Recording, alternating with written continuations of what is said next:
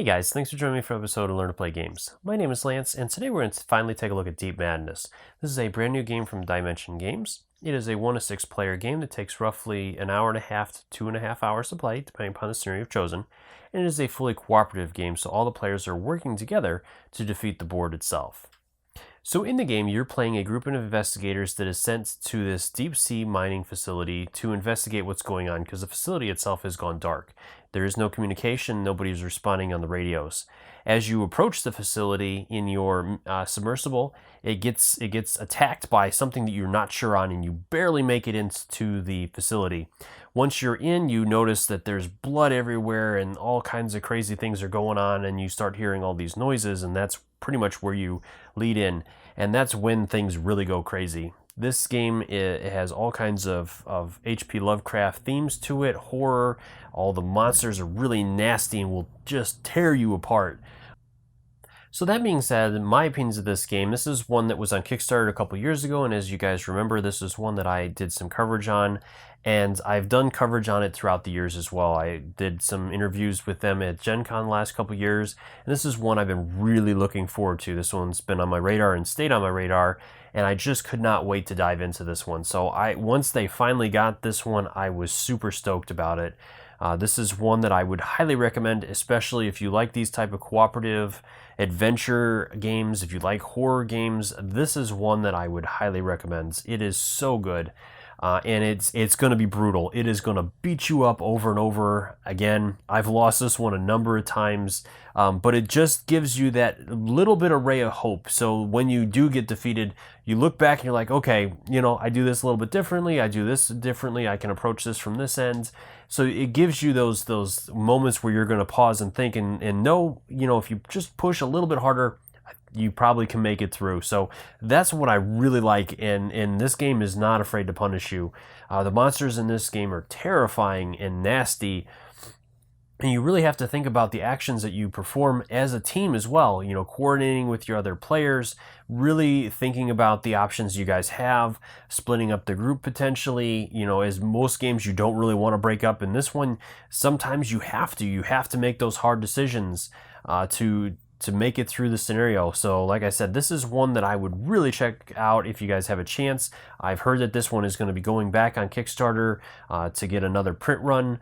So if you haven't backed it yet, definitely take a look at it. If this is your style game, this is one that I would definitely take a look at and think about getting. And of course, these are just my opinions, though. Let me know what you guys think in the comments section below. Is this one that you guys backed? Is this one you guys are considering backing in the second wave? Or is this one that you were upset that you didn't back and now you're seeing how cool it is? So let me know in those comments below what you guys think. For those of you that have gotten it, let me know what you guys think. Is this one that you are excited about? Is this one that you can't wait to get into? And once you do play it, let me know what you guys think as well. And if you guys like these videos, if you enjoy what I do, please consider that like button and subscribing to my channel. It helps me grow. It helps me bring new and exciting games to you guys, and it lets me continue doing what I love, which is teaching you guys how to play these games. So let's go ahead and head to the table, and I'll teach you guys how to play. There are 2 different types of die included in the game. Standard 6-sided dice with numbers 1 to 6 on them, and the 5 and the 6 is also going to have a shield symbol as a quick reminder when making armor saves that 5s and 6s are successes. And then we also have the 12-sided monster die, which will have a number of symbols on it, including the eye, teeth, claws, and tentacles, as well as some multi-symboled areas. And depending upon the monster you're rolling this dice for, on this monster card will tell you what those symbols represent. So there's a number of different types of cards included in the game, so I'd like to take you guys through each one of these now. So first off, we have room cards. There'll be 1 card for each room or each tile that is included in the game, and I'll show you how to set these up a little bit later.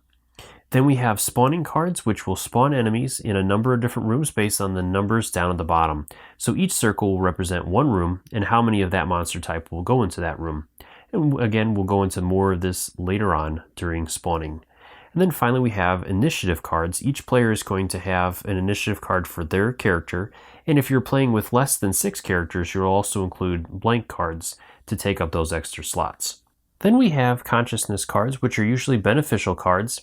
Each of these cards will have a name at the top of it, little bit of fluff text, which will give you more details about your environment or the game. And then at the bottom, the effect of the card. So this particular one says that you may heal 1 wound from yourself. Then we have madness cards. As the players take madness, when they reach their threshold or other effects will cause them to draw madness cards. These are really nasty cards. And again, these cards will have the name at the top, additional text with fluff and backstory, and then the effect of the card. So this particular one says that you must either choose one to either take 1 wound or become slowed. So this one's not so bad, but there are some really nasty ones out there. Then we have the search deck, which is going to be comprised of 4 different types of cards. We're going to have ability cards, equipment cards, melee, and ranged cards. Each of these cards is going to have the name of the item at the top, then the image of the item, the type of the item, and any additional effects that item has. And then finally for the weapons, it'll have the different stats for those weapons, which is the first one will be the range of the weapon. Then there'll be a little picture of a dice and a number, that's the number of dice you'll throw. The target is the number that you need to roll equal to or greater than to score a hit. And finally, this little red slashes are the amount of damage you do with that weapon. Again, same with the melee weapons, it grants you certain abilities and the stats for it. Then we have equipment, which will give you additional bonuses. And finally, we have abilities, which will either give you a lasting ability or a single use, and then you'll discard the card. Each investigator in the game also has their own card, which is going to detail all the information for that particular investigator. So the top of the card is the investigator's name, and then we have the amount of hit points that investigator has, and a reminder that they have a resistance. When an investigator takes damage, they are going to roll 2 dice, and for each 5 and 6 they roll, they're going to prevent 1 point of damage with that. Then we have the survivor's maximum amount of sanity that they can take, and the survivor's escape value, which they are going to total up all the monster's trap, and if it equals or exceeds this value, they are not able to move out of that space. Otherwise, a survivor can leave a space with a monster. Then we have the investigator's image, and any special abilities that investigator has. And then at the bottom of the card, if the investigator starts with any particular search card, that'll be listed there as well. So Jared here is going to start with a pistol. Some of the investigators are also going to have a free ability or a free action that they can use once per turn. This will not count against the actions that they have, but if they're in a flooded area, this will count against their drowning dial, as you guys are going to see. The final set of cards we're going to look at are the monster cards. So the top of each card is going to be the monster's name, and then we're going to have its horror rating, which I'm going to go into more detail about that later. Then we have the monster's stats. First off, we have the amount of hit points that monster has, and then the little number next to it is going to be that monster's resistance, which is a static resistance. So some of the monsters will have that. You won't have to roll dice like with the investigators. That is automatic. So anytime an investigator does damage to the monster, you will reduce that damage by its resistance first, and then it'll go to its hit points. Then we have the amount of damage the monster does when it attacks, and if it has any range to those attacks.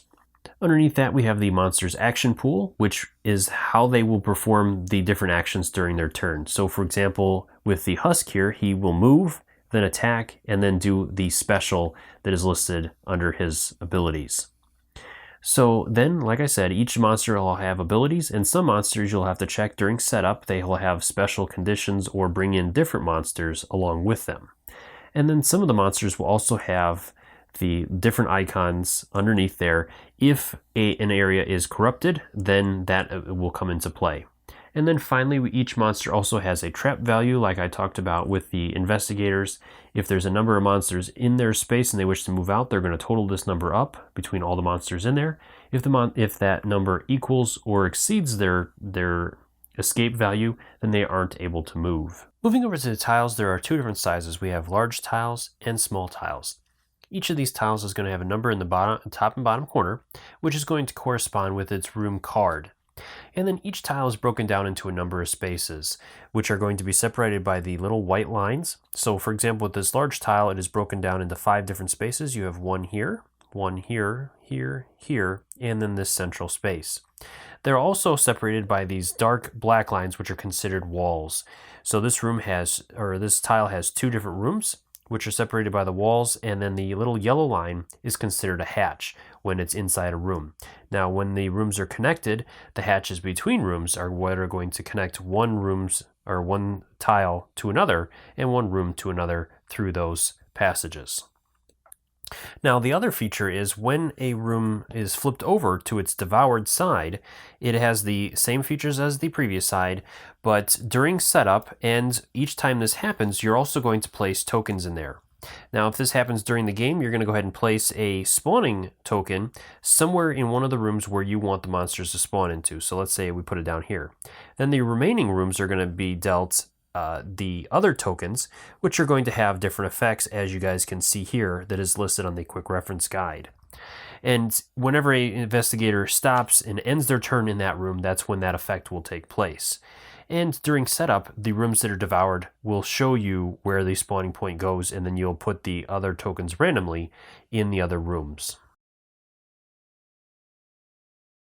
Moving over to setup, I'm going to go ahead and show you guys some of the individual parts of setup first before moving into the overview. So we're going to start by setting up our room and devour decks. So you can go and grab all your room cards, and then based on the scenario, you're going to take out a number of those as shown on that scenario. So we're going to go ahead and set up scenario 1. And so for our rooms, we're going to need, for our devour deck, we're going to need rooms numbered 1, 2, 8, 12, 15, and 20. So for this deck, we can go ahead and mix this deck up and just place it out face up next to our game board. Then for the room deck, we're going to need cards numbered 4, 10, 17, 21, 22, and 28. And for this deck, again, we're going to go ahead and shuffle it up, but this one we're going to place face down next to our Devour deck. And I'll show you guys how these work a little bit later. The next step is creating our Devour track. So again, the scenario is going to outline how to do that, but I want to go over some of the details of it real quick. So first off, we have the starting tile in our Devour marker, and then each tile in the row, as the Devour marker moves onto it, is going to have some stuff on it. It'll have the number of spawning cards you're going to draw and resolve, and it will also have one of 4 symbols. You'll have the Devour symbol, which means that a room is about to be devoured, and then you'll have 3 hazard symbols. And each of these symbols will be outlined on what its effects are in the scenario that you've chosen. So again, for setting up the Devour track, you'll find it, as you guys can see here, for the scenario you've chosen. And these are double-sided, so if you need to change them around, and you can remove the center part to change those out as well. And this will line up with this and connect here, but just so you guys could see the whole thing before we get into the setup. Then you can also place your Devour track marker at the beginning of that track. From there, then we're ready to make the activation track. So depending upon the number of players or the number of investigators you want to play with, you're going to gather each investigator's card you're going to use. And if you don't want to use more than 4 investigators, you also grab a number of blank investigator cards. So you have 6 total. From there, then you're going to go ahead and mix these all up and lay them out across your activation area. So we'll go ahead and do this. Well, let's go ahead and mix these up a little better. All right, so then these will go out across the top here. From there, then you can go ahead and grab all of your monster cards, or alternatively, you can choose which monsters you want to play with, and go ahead and mix them all up, again the same, and lay them out face up underneath each of the investigator cards. From there, then you also put out any additional cards you need based on the setup of the monsters. So for example, with the Husk, he is also going to have the Mind Eater card out, which will go at the front of the track as stated on his card. Finally, you can place out the activation marker. Normally it's going to start on the top with the investigator, but with the Mind Eater out, it'll start there, and then it'll work its way up and down across each investigator and monster, activating them throughout the turn. Now that we've chosen our monsters, we're ready to create the spawn deck as well. So each monster that we're using in this particular game will have a matching set of at least 4 cards for their spawning. And you're going to go and grab each of those monster cards and create a deck out of that by shuffling it up and placing it out next to the board. With board set up again, we're going to be setting up scenario 1, and as you guys can see here, we're just going to go ahead and lay everything out at this point. So we have our board already laid out as shown in the rulebook. Then we have the devouring track up top with the devouring marker and the first space. We have our activation line out with the activation token on our first monster, the Mind Eater, as that is the first monster that will always start. Otherwise, if you're not playing with the husk, which will include the Mind Eater, then you're going to start with the first investigator on the line. So this would be up here if the Mind Eater card wasn't there. From here, then we can go ahead and set out all our characters. So I've gone ahead and chosen 4 investigators. Each investigator, you'll get your main board, any starting equipment that investigator will start with, a drowning dial that is also going to be set to 6 at the beginning of the game, their figure with a colored token on it, and you'll put them all in their starting spots. Each player will also get a quick reference guide. They'll outline the round and all of the different devoured effect tokens that you guys are going to see in just a minute. Then we can also place out all of our different decks of cards. So we have our spawning deck, as I already showed you guys how to create, and our room deck and devour deck, and all 3 of those have been shuffled up. Then on the other side here we have our search deck, which before you shuffle this one up, you're going to go ahead and remove these 6 search cards, as you guys can see here, and those can be returned to the box unless you're playing with them as part of a different variant for this. Then we have our Madness deck and our Consciousness deck. Both of those can also be shuffled up. From there, then we're going to go ahead and set up the last couple things on the board itself. So first off, we're going to go ahead and grab the flood tokens, and you guys will lay them out again just like it shows in the book. Each room that's flooded. And then our central room also has 3 wall sections that are going to block off those hatches that don't lead anywhere. So we'll go ahead and place those out. And we also have 4 objective tokens that are going to be placed out. We have an orange one over here. And then our 3 different objectives that we're trying to gather. The last step we're going to do is you're going to go ahead and grab your Deep Madness bag. And inside there, you're going to have all your devouring / spawn tokens that are in there. These are going to be mixed up, and then you're going to draw out a number of these for each room that is devoured with its devoured side. And again, the scenario is going to show you where the spawn points are in those rooms. And then each of the rooms that does not have a spawn point will get a random token, devour token for it. And each of those devour tokens is going to have different effects, as you guys can see on the back of the quick reference guide. So one last thing before moving into the game, all of the trays that you guys are seeing here are customizable trays from Crystal Fortress, and I'm going to have a link to their website down below so you guys can check them out. I would definitely recommend taking a look at them. I've absolutely fell in love with these trays. They are so nice. You can change them out and switch out all the dividers so you can have them customized for whatever game you're playing at the time or whatever needs you have. So I have a number of them out so you guys can see throughout the game how they work. And like I said, I would definitely check them out. I will have the links down below for those as well. And I'm also going to have a video up going through all the different features of those. Deep Madness is played over a series of rounds, with each round consisting of 4 different phases, which are Devour, Spawn, Activation, and Refresh. This is going to continue until either the players meet the win or loss conditions for the game or scenario that they're playing. The first phase in each round is the Devour phase, and during this phase you're going to move the Devour marker 1 space forward along the track, and then depending upon the icon that's in that space, you're going to follow a number of things. So first, if the marker ends on a space with a hazard icon, you're going to resolve the corresponding hazard, which is going to be printed in the scenario that you've chosen to play. Now there are 3 different hazards, as you guys can see here, and each of these is going to have a different effect on the game. Then, if the Devour marker ends on a space with a Devour icon, as you guys can see here, then a room is about to be devoured. You're going to reveal the top card from the room deck and place it face up on the Devour deck. So we're going to go ahead and do that. We'll reveal. And it is room number 21. So from there, then we're going to flip over the corresponding room tile to its devoured side. So room 21 is over here. So first off, you're going to take all of the figures and tokens and all that off the room. You'll flip it over to its devoured side, and then you're going to return all of the tokens, figures, and anything else back into those spaces. Now, if for some reason the corresponding room has already been flipped over to its devoured side, nothing else will happen.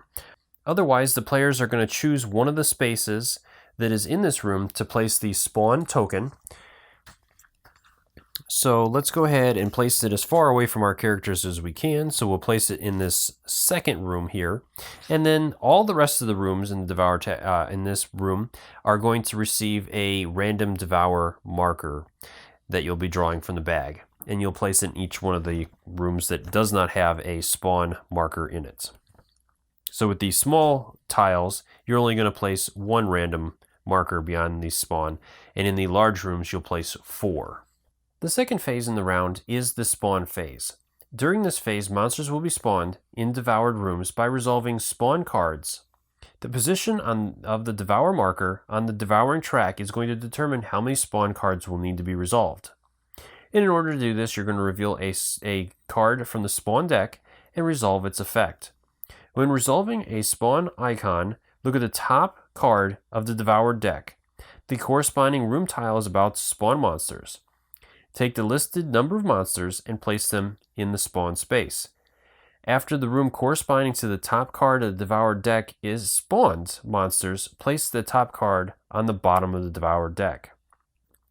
And then after all spawn icons have been resolved, you're going to discard that spawn card into the discard pile.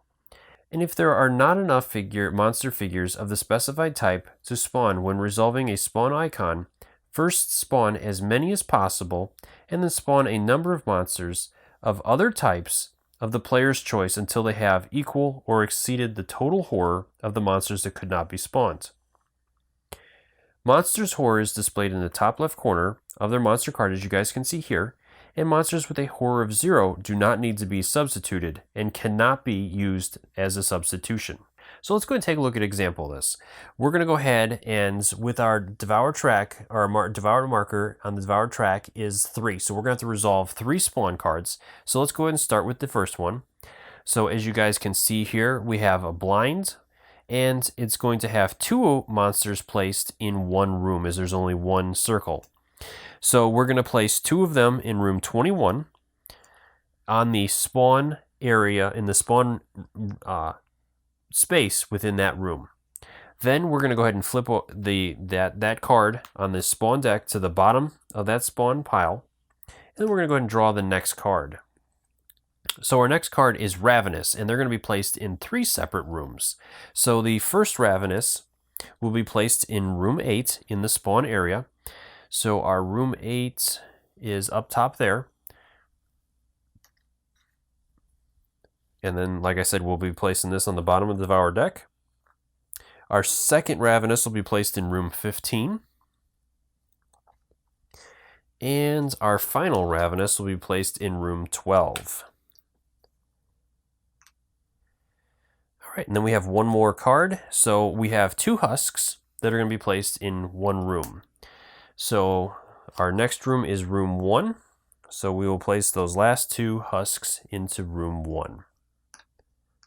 The third phase in the round is the activation phase. During the activation phase, the activation marker is going to stop on each investigator activation card and monster along the following path, from the first investigator to the last monster. Unless, again, like I said, the husk is in play, in which case then the Mind Eater will always be the first one to start. And then during an investigator activation, they will be able to perform up to 3 actions from the list of actions, which is to move, search, attack, trade, rest, lock, unlock, or reset a hatch, or any component actions that they may have. And I'm going to take you guys through each one of these actions in detail. The first action we're going to look at is a move action. This is going to allow an investigator to move from his space to an adjacent space, and a space is going to be considered adjacent if it is separated by a space line or a hatch, whether it is open, closed, or even locked. Now, figures cannot move through walls unless otherwise stated, and cannot move off the game board for any reason. Investigators can move through closed or locked hatches, and a locked hatch becomes unlocked after an investigator moves through it. An investigator cannot move out of his current space if the total trap of the monsters in the same space equals or exceeds his escape value. Investigators can still perform move actions in such a circumstance, for example, to discard a slowed token. So let's look at some examples. We're going to go ahead and say that it's Jared's turn. So in order to do a move action, he's going to spend one of his actions, and he gets to move to an adjacent space, which, again, the white lines are going to separate one space from another in a room, and the hatches are going to separate one space from another in adjacent tiles. So as long as both hatches are connected, then you can move through it. But let's go ahead and say, for example, that we had a hatch over here. Now, Jared cannot move from this tile to this tile as the hatch is only on one side. There is no hatch on this side, so both sides are considered a wall in that situation. To perform a search action, the investigator is going to go ahead and draw the top card of the search deck. Each investigator can only perform one search action per round, and each investigator can only have 4 search cards at any time. This can be increased or reduced by game effects, and an investigator can always choose to discard any number of his search cards at any time to make room for new ones. With attack actions, you're going to select one weapon card the investigator has. If it is a melee weapon, then each monster in the same space is targeted. If a ranged weapon, then the investigator can only choose one monster within the weapon's range and line of sight to target. So from here, let's go ahead and talk about line of sight. So if a figure can move to a space along a straight line without turning a corner, moving through a closed or locked hatch, or changing its flooded condition, then this space and all elements in it are considered to be in this figure's line of sight. So let's go ahead and take a look at some examples of this. So with Jared here, he has line of sight to this space because he's in it, so any space you're currently in, you have line of sight to. And then he has line of sight going through the hatches all the way in a straight line, so he can see this Ravenous over here. But he cannot see the Hysteria over here because he would have to come around and turn a corner in order to see them. Now the other thing is, if let's say that this tile was not flooded, now when a non-flooded tile is adjacent to a flooded tile, the hatches are going to be considered closed. So you cannot draw a line of sight from a non-flooded to a flooded tile, and the same is true from a flooded to a non-flooded. So if he was over here, again, he would not be able to see these guys because the hatch is closed to seal off those areas. But it is not locked. But if he was in this space, then he could see the Ravenous again, or he could see the Hysteria, just not any of the guys over here. Once you've determined if you have line of sight to a target, then you're going to check the range of the weapon you're using. So with our pistol here, it has a range of 2 spaces. So Jared is 1-2 spaces away from that Ravenous, so he can target that Ravenous with his pistol. So from here, let me take you guys through an example of this real quick. So we're going to go ahead and use the axe to target all the models in his space with him. And the axe is going to give us 2 dice, and we're going to need to roll 4 or better on each dice to score a hit. So we got 1 success, and for this example, I'm going to go ahead and throw another one on there. So we've done 2 successful hits. In each hit that we get a success on, we're going to do an amount of damage listed on the weapon. So the axe does 2 damage per hit. So we've gotten a total of 4 damage that we can distribute among these monsters. Each monster has a number of hit points, and some of them also have a resistance. If you target a monster with resistance, you're going to reduce the amount of damage by the resistance first, and then deal out the rest of the damage in wounds to that monster. So each of the Mind Eaters only has 1 health and no resistance, and the Hysteria has 2 health and 1 resistance. As we don't like the Hysteria because it's really nasty when it's in the same space with us, we're going to go ahead and target that first. So we're going to reduce first the amount of damage by resistance to 1, and then we're going to deal 2 more damage to him, so we'll reduce it down to 1. So we have 1 damage left, and we've eliminated the Hysteria. So then we're going to go ahead and target one of the Mind Eaters and eliminate him. Now, for each monster you've eliminated, you are going to flip over a sanity token that you have on your card based on its horror rating. So the Mind Eater does not have any horror, but the Hysteria does have a horror of 1. So if we had used any of our sanity, then we would have to flip over one of those tokens to the madness side. And if we ever have enough madness to equal our sanity rating, then we have to resolve a madness card. But for each sanity that we do not flip, that we do not have, we also get a reward as a consciousness card. So since we did not flip any sanity over, we get 1 consciousness card. So we're going to go ahead and flip that over, and we get to draw 1 search card for this. So we'll go ahead and do that, and we have found Hardened Warrior. So that's a pretty good card. So if we have to resolve both madness and consciousness. Then you would resolve madness first, and then you would resolve consciousness. And you always resolve the attack fully before dealing with madness or consciousness cards. Now, with ranged attacks, they work very much the same way as we resolved our melee attack. The only difference is when you target with ranged, you have to pick one monster, and any excess damage is just discarded and not used. So if, for example, we had 2 monsters in here and we chose to target the Ravenous, if we had done 3 or 4 damage to him, we would not distribute it amongst all the monsters, just the target that we have. And if a monster has more hit points than you deal damage to it, then you're just going to put a damage token next to it. Or there's also a black ring that you can plug a damage marker into as well to let you know how much damage that monster has taken. An investigator can also perform a trade action. In order to do this, he can trade any number of search cards with another investigator in the same space. And if an investigator has more search cards than his limit after a trade action, he must discard the excess cards. An investigator can also choose to do a rest action, which will allow him to remove all of his exhausted sanity from his board. He cannot remove any madness tokens that he has, as that is not considered sanity. And if an investigator does this in a space that is flooded, he will also not have to spend an oxygen in order to do this. An investigator can perform an action to lock, unlock, or reset a hatch between his current space and an adjacent space. And again, a hatch is either between the 2 tiles that is adjacent by the image, or the little yellow line between the 2 walls. In order to lock a hatch, you're either going to place the standee or plastic token, whichever you have, in those spaces. And to unlock it, you're simply going to remove that standee. And remember, an investigator can move through a locked hatch, and if he does, then that hatch will be unlocked and removed as well. Now, if a hatch is destroyed, you're going to replace that hatch with a destroyed hatch marker. And that hatch cannot be locked again until you reset that hatch by performing an action. So first you'd have to perform an action to reset, and then you can lock that hatch again. Now, when a monster is about to move through a locked hatch, the nearest investigator behind the hatch may roll exactly 2 dice.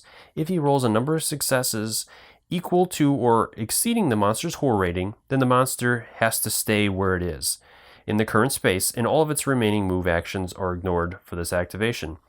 Otherwise, the locked hatch is destroyed and replaced with a broken latch token, and the monster moves through the hatch normally. An investigator can also perform special actions, which are printed on components in their possession, such as their investigator card or search cards, as well as on-game specific components available to all investigators, such as scenario cards or the current scenario that you're playing. These actions are preceded by the words action or investigate in bold. So, for example, with our scenario that we're playing, we have objective tokens out there that our investigators are trying to get to. And once an investigator is in the same space as a token, then they will have a new action that is available to them, which is to investigate that tile. Once they're in there, then they're going to go ahead and roll a dice, and if they roll a 5 or 6, then they're going to place a success token on there. And when 3 or more success tokens are on there, then they're able to take that investigate action onto their player board. And that is the goal of the objective for this particular scenario. An investigator can also choose to pass on using his actions, and any remaining actions that he has are considered lost at that point, and it would move on to the next monster or investigator to start their turn.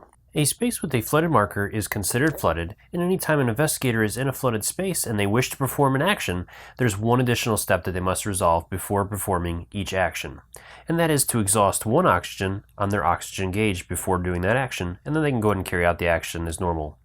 As the oxygen gauge gets depleted, it's going to move into negative numbers, and each of those is going to show a picture of a die, and as you move down, it'll have a number of die on there. Each time you do an action and you move the gauge down, you're going to have to roll those dice. And if you get anything but a 5 or 6, which are considered successes, for each non-success you roll, you're going to take 1 wound. And if the dial ever reaches the last space, which is the little skull, your investigator is killed instantly. At the end of an investigator's activation, his drowning condition must be checked. If the investigator ends his activation in a flooded space, the drowning condition does not change. If he is in a non-flooded space, then you're going to spin the drowning dial to restore oxygen back to the maximum level, either back to 6 or whatever the current scenario scenario's maximum oxygen rating is. The drowning condition is only checked at the end of investigator's activation. Even if the investigator has entered a non-flooded space during his activation, he still cannot restore oxygen as long as he ends his activation in a flooded space. So let's look at an example of this. Let's go ahead and say that our investigator had performed his 3 actions, dropping his oxygen down during his turn. And at the end of his turn, he is still in a flooded space, so that the oxygen will stay where it's at currently, and he will not be able to reset it. But let's go ahead and say, for example, that this space over here was not flooded, and he ended his turn over here. So at the end of his turn, then he would move his dial back up to either his max of 6 or whatever the current scenario states. Moving over to the monster activation. So when the activation marker stops on a monster card, each of this type of monster will be activated once, and the players will decide the order of their activation. Now, during a monster's activation, it's going to perform its actions strictly in accordance with the action pool, moving from left to right, performing each one of those actions. And unless otherwise stated, the actions in the action pool cannot be ignored, and the order of the actions cannot be changed. Monsters are going to perform 3 types of actions depending upon the monster, which are move, attack, and special actions, as you guys are going to see. The first action we're going to look at is a move action. So when a monster performs a move action, they're going to move their figure to an adjacent space towards the nearest reachable investigator. In situations where there are multiple investigators within the same range, the players get to choose which investigator the monster moves towards. If there is a connected path between the monster and investigator, the investigator is considered reachable for that monster, and this applies even for investigators behind locked hatches. They are still considered reachable. Now, when a monster is about to move through a locked hatch, you'll follow that sequence as I already showed you guys. And when there is no need for a monster to move out of its current space, such as when it's in a space with an investigator, or if there are no reachable investigators, the monster still must perform the move action. However, it will simply remain in its current space in these circumstances. Now, if it had a slowed token, then the token is discarded for this action. The second type of action we're going to look at is the attack action. A monster will always attack the nearest investigator within its range. The players get to choose in case of ties and line of sight. Now, a monster is going to deal damage equal to its damage value when it attacks, and the investigator must determine his resistance value by rolling 2d6. The damage will be reduced by the number of successes, which again are the 5s and 6s. Now, there are going to be times when the monster will have a special effect, which is preceded by the word attack on their card. And if there is no investigator within range, the monster still is considered to perform the attack action with no effect. And this is for if it has a weakened token on it, then that token will be discarded. The third and final type of action we're going to look at are the special actions. These actions are preceded by the word special in bold, and you're simply going to follow the text on the monster's card to perform these actions. And then most of the monsters are also going to have devoured abilities, and these abilities will only take effect when they are on the devoured rooms, which are the tiles that are flipped over to the devoured side. And these abilities are going to be preceded by the devour icon. So let me take you guys through an example of this real quick. So we're going to go ahead and say that the Ravenous card was activated with the activation token. So then we're going to activate each of the Ravenous that are out on the field. And since there's more than one, our players get to choose how they want to activate them. So let's go ahead and start with this guy here. And so he's just going to follow that sequence across. So he's going to perform his first action, which is a move. So he's going to move towards the closest investigator, and since there's 2 of them, the players get to choose. So let's go ahead and send him over here for his first move. Then his second move, he's already in a space with the investigator, so he'll perform the action, but he will not move. So this is important when you have a slowed token, so he would just discard that slowed token. Then he's going to perform an attack, and his attack action does have a special effect, which says the investigator temporarily gains resistance -1 for each Ravenous in the same space. So since he's in the same space, then he is going to reduce this investigator's resistance by 1, so the investigator is only going to get 1 dice instead of 2. And the Ravenous will do 1 damage to the investigator. So we're going to go ahead and roll our resistance, and we failed, so our investigator here would take 1 damage. And if the Ravenous was on a devoured space, he would also gain resistance +1, so his resistance would go up as well. So now we're done with that one, we're ready to move on to this one. So first off, it's going to perform a move action, which it has the slowed token, so it has to resolve that first with that. So it's going to discard that slowed token and not move. And its second action is to move again, so this time it will move. And then finally it's going to perform an attack, and with its attack it does not have any range, so it would not be able to attack our investigators. So it would just simply carry out that attack action without actually doing anything. The last phase in each round is the refresh phase. During the refresh phase, players are going to perform the following steps in order.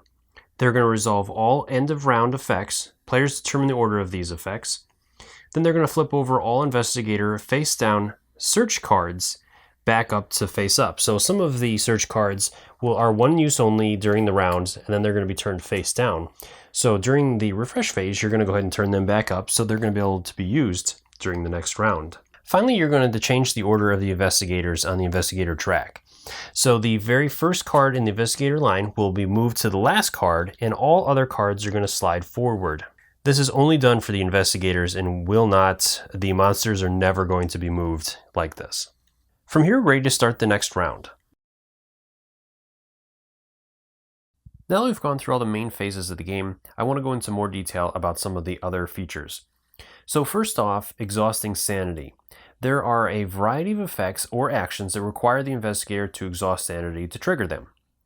To exhaust sanity, you're going to place a sanity token onto the investigator's card. And to restore sanity, you're simply going to discard sanity tokens from the investigator's card.